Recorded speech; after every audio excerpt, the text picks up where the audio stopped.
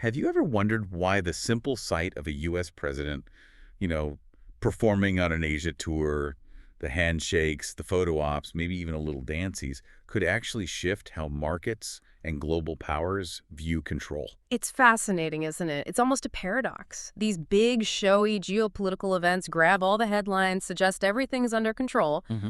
but often the real strategic chess moves, they're happening way behind the scenes, quietly.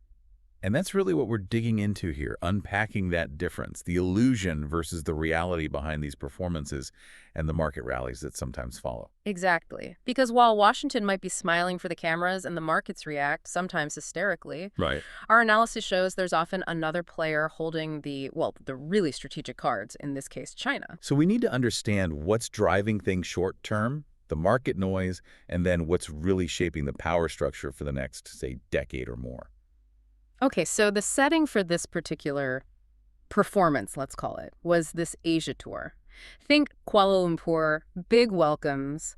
It wasn't your standard dry diplomacy. No, not at all. It felt much more like political theater, almost operatic, driven by ego, ambition, huge economic stakes. And the main player, the U.S. leader, described in our materials as basically a reality TV star playing a head of state, someone who lives for the camera. And Asia got that. They understood that variable completely, so they provided the perfect stage, didn't they? They did. Red carpets, military guards lining up. All the pomp and circumstance, global attention, everything needed to give that immediate feeling of a win. That's the crucial part, isn't it? It's almost transactional. The visuals are everything. Right. Stepping off the plane, maybe a fist pump, waving little flags. Yeah, things that might seem almost trivial, maybe even a bit comical out of context. Right, but they become these powerful instant symbols. Because the world, and especially the financial markets, are just wired to react to that image of U.S. leadership in action. And react they did. Explosively. That was the famous Trump rally, right? Yeah. You saw these immediate sharp spikes upwards, all fueled by this optimism, this assumption that the president being there meant stable. Big trade deals were coming. Let's put some numbers on that because it wasn't minor. The Dow jumped, what, 0.7%? Yeah. S&P 500 up 1.2%. NASDAQ, the tech index, nearly 2%. And it wasn't just U.S. markets. That wave carried right across the Pacific. Yeah. The Nikkei in Japan surged past 50,000. Shanghai hit a high point not seen in a decade. So what was really driving that? Why such a, well, hysterical reaction? It wasn't really about fundamental economic shifts, was it? It felt more like algorithmic trading, maybe, anticipation. Yeah, pattern recognition almost. Exactly. Traders see the high-profile meetings, the photo ops, and they price uncertainty. They assume massive deals are just moments away. They bought the story, the narrative of a quick win. But the reality, hidden beneath those soaring charts, the actual power dynamic during this whole performance, it wasn't really centered in Washington, was it? Not at all. If the U.S. leader was the star of the show, Then China was basically writing the script. absolutely. They don't need to get caught up in the symbolic dance. They're playing a different game. They're setting the score, you could say. How so? What was their read on the situation? Well, they saw the U.S. leader operating in a very transactional way. Short-term wins. Diplomacy as deal-making, like negotiating property. Every meeting needed a visible win to feel successful. And Beijing saw that predictability. They did. Our sources suggest they didn't see it as some kind of complex threat. They saw it as a variable they could manage. Read them like a children's book, apparently. So that raises a strategic point, doesn't it? If you know exactly what your opponent values most, public victories, big headlines right now, how do you use that? You give them what they want, or at least the appearance of it. You offer up the bait. Like what specifically?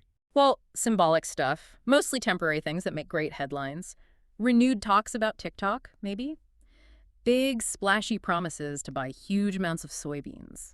Perhaps dangling the purchase of a few Boeing jets. Things that look like major concessions but maybe aren't long term. Precisely. They satisfy that immediate hunger for a public win, but they distract from the deeper systemic issues at play. Okay, let's unpack that. Because here's the real twist, right? The thing that kind of undermines that whole market rally. Yeah. What was the actual price China extracted for letting the U.S. leader claim those soybean and Boeing wins? Ah, yes. While the cameras focused on the handshakes, Beijing was quietly negotiating something far more strategic, far more valuable. Which was? Control over the export of rare earth minerals. Okay, that sounds technical, but it's huge. Explain that. It's the definition of invisible power, really. Right. Soybeans, jets, they're visible, headline-grabbing trade goods, rare earths. They're the fundamental ingredients for almost all modern technology. the future, basically. Give us some examples. We're not just talking niche stuff here, are we? Not at all. Your phone has them. Your flat-screen TV. Electric car batteries rely heavily on them, but also high-end military tech, precision-guided missiles, the F-35 fighter jet. So consumer tech and national security. Critical stuff. Absolute critical. And here's the kicker. China controls somewhere around 90% of the world's supply. 90%. Wow. So they don't need to impose tariffs on finished goods to cause pain. Exactly.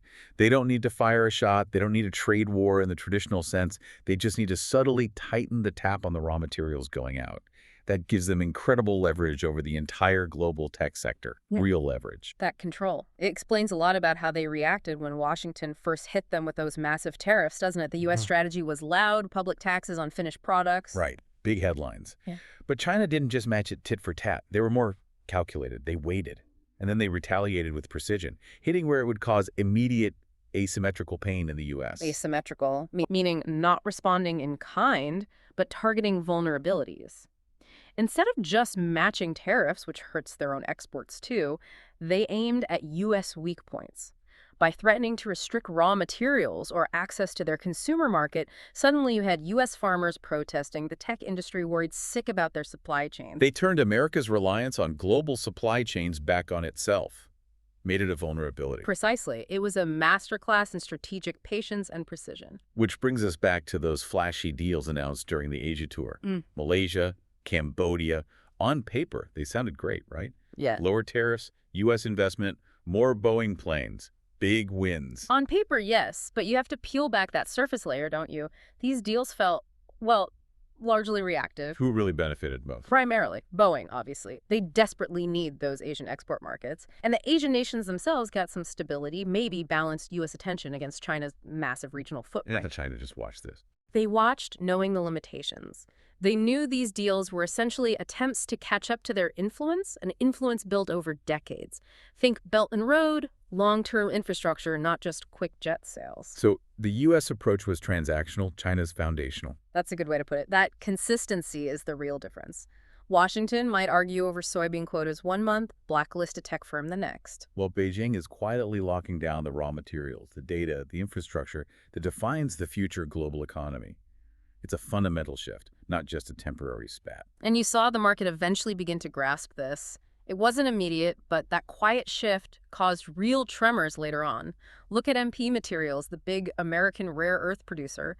Their stock dropped, what, 24%? Ouch. And that wasn't random market noise? No, that was investor panic setting in. The smart money, realizing the trade war hadn't actually ended with that diplomatic dance. It had just changed shape. From tariffs on goods to a deeper conflict over raw materials, over technology itself. The leverage point shifted. It stopped being about who makes the final product and became about who controls the ingredients. So how did Beijing likely view the U.S. leader throughout all this? Not as some unbeatable foe. Doesn't seem like it. More like a predictable variable, manageable, someone easily satisfied with symbolic wins, those quick headlines. Their goal wasn't necessarily to crush the U.S. economy then.